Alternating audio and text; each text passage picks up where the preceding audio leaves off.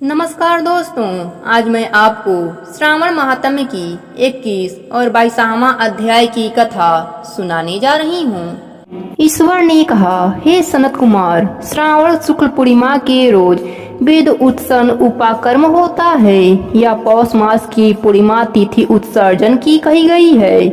उत्सर्जन में पौष मास या माघ मास की प्रतिपदा तिथि या रोहिणी नक्षत्र कहा गया है। दूसरा समय अपनी अपनी शाखा के अनुसार उत्सर्जन तथा अपाकर्म दोनों एक ही समय करना उत्तम कहा गया है। अतः श्रावण मास पूर्णिमा के रोज उत्सर्जन अभिष्ट है तथा शाखार्थी उपाकर्म में श्रवण नक्षत्र अभिष्ट है। चतुर्दशी पूर्णिमासी या प्रतिपदा तिथि के रोज या जिस किसी भी रोज श्रवण नक्षत्र हो उसी रोज ऋग्वेदियों का उपकर्म होता है। यजुर्वेदियों को उपकर्म पूर्णिमा में तथा सामवेदियों का हस्त नक्षत्र में होता है। उपाकर्म गुरु तथा शुक्रास्त रहने पर भी आनंद से करें। गुरु तथा शुक्रास्त में पहला उपकर्म शुभारंभ न करें, यह शास्त्र का मत है।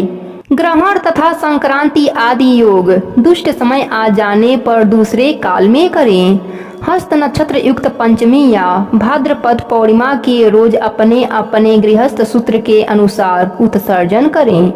मलमास आ जाने पर शुद्ध पक्ष में करें। ये दोनों उत्सर्जन और उपकर्म नित्य है। नियम द्वारा इनको हर साल करें। उपाकर्म की समाप्ति होने पर द्विजादियों के समक्ष सभी सभा में स्त्री सभादीप समर्पण करें।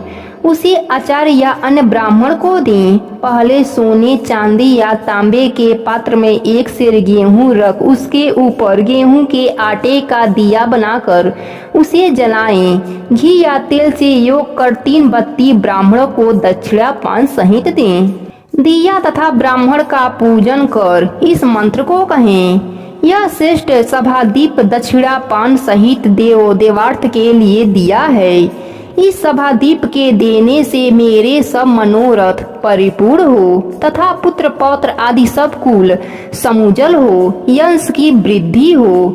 इस तरह प्रार्थना मात्र से जन्म जन्मांतर में वेदांगाओं के समान रूप मिल जाता है।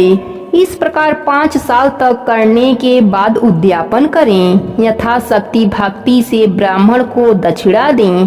हे विप्र, आपसी सभादीप का यह उत्तम महात्म्य कहा। उसी रात में श्रवण कर्म कहा है। उसी से समीप सर्प बलि करें। दोनों कार्य अपने अपने गृह सूत्रों को देखकर करें। उसी तिथि में भगवान हयग्रीव का अवतार होता है। इस रोज हयग्रीव जयंती महोत्सव करें। हयग्रीव उपासक के लिए यह नित्य है। श्रावण मास पूर्णिमा के रोज श्रवण नक्षत्र में भगवान हयग्रीव ने पहला जन्म लिया। उसी समय संपूर्ण पाप नाश करने वाला साम वेद गया। इसी पूर्णिमा के रोज रक्षा बंधन कहा है।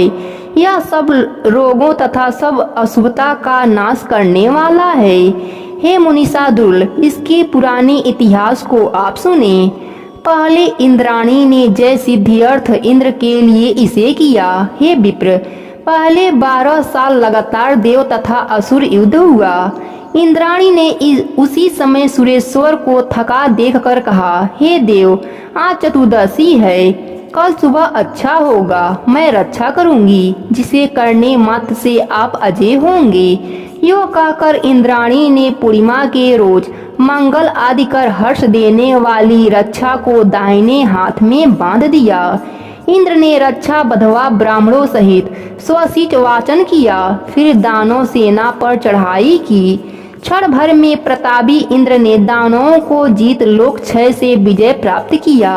हे मुनीश्वर, आपसे मैंने यह रक्षा का प्रभाव कहा। ईश्वर ने कहा, हे मुनि सत्तम, सावन शुक्ल पक्ष चतुर्दशी के रोज सर्व काम फलप्रद संकट हरण व्रत कहा है।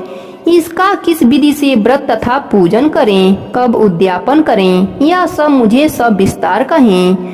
ईश्वर ने कहा, चतुर्दशी के रोज सुबह उठकर दंत धामन आदि क्रिया को समाप्त कर पुण्य दाता शुभ संकट हरण नाम का व्रत स्वीकार करें। हे देवेश, आज मैं चंद्र उदय तक निराहार रहूंगा। आपकी पूजा कर भोजन करूंगा। मेरे संकट को आप हटावें। हे वैधात्र, इस प्रकार संकल्प कर काले तिलों से नहा के तथा सब आन्ही कार्य कर गणाधीप की पूजा करें। बुद्धिमान 3 मासा 1.5 मासा या अपनी सत्या अनुसार सोने के अभाव में चांदी या तांबे की मूर्ति बनवावें। जो एकदम दरिद्र हो तो रमणीय मृतिका का प्रतिमा पहले रमणीय अष्टदल कमल के ऊपर कपड़े के सहित घट का स्थापना करें। जल से भरकर उस पर पूर्ण पात्र तथा प्रतिमा रखकर 16 उपचार द्वारा वैदिक या तांत्रिक मंत्रों से पूजा करें। हे विप्र, तिल युक्त श्रेष्ठ 10 लड्डू बनावें। उनमें से 5 गणाधीप के लिए दें। भक्ति द्वारा देवता की तरह उस ब्राह्मण की पूजा करें। यथाशक्ति दक्षिणा देकर प्रार्थना करें। हे विप्र श्रेष्ठ, हे देव, आपको नमस्कार है। आपके निमित्त इन 5 लड्डुओं को फल तथा दक्षिणा सहित देता हूँ। हे द्विज श्रेष्ठ, आप ग्रहण करें। आपत्ति से मेरा उद्धार करो। जो कुछ मैंने द्रव्यहीन कम या अधिक किया, हे विप्ररूप गणेश्वर, वह सब परिपूर्ण हो।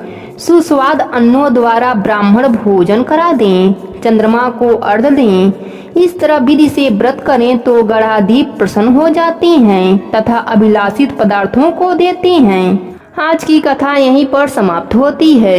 प्रेम से बोलिए भगवान शिव शंकर की जय हो।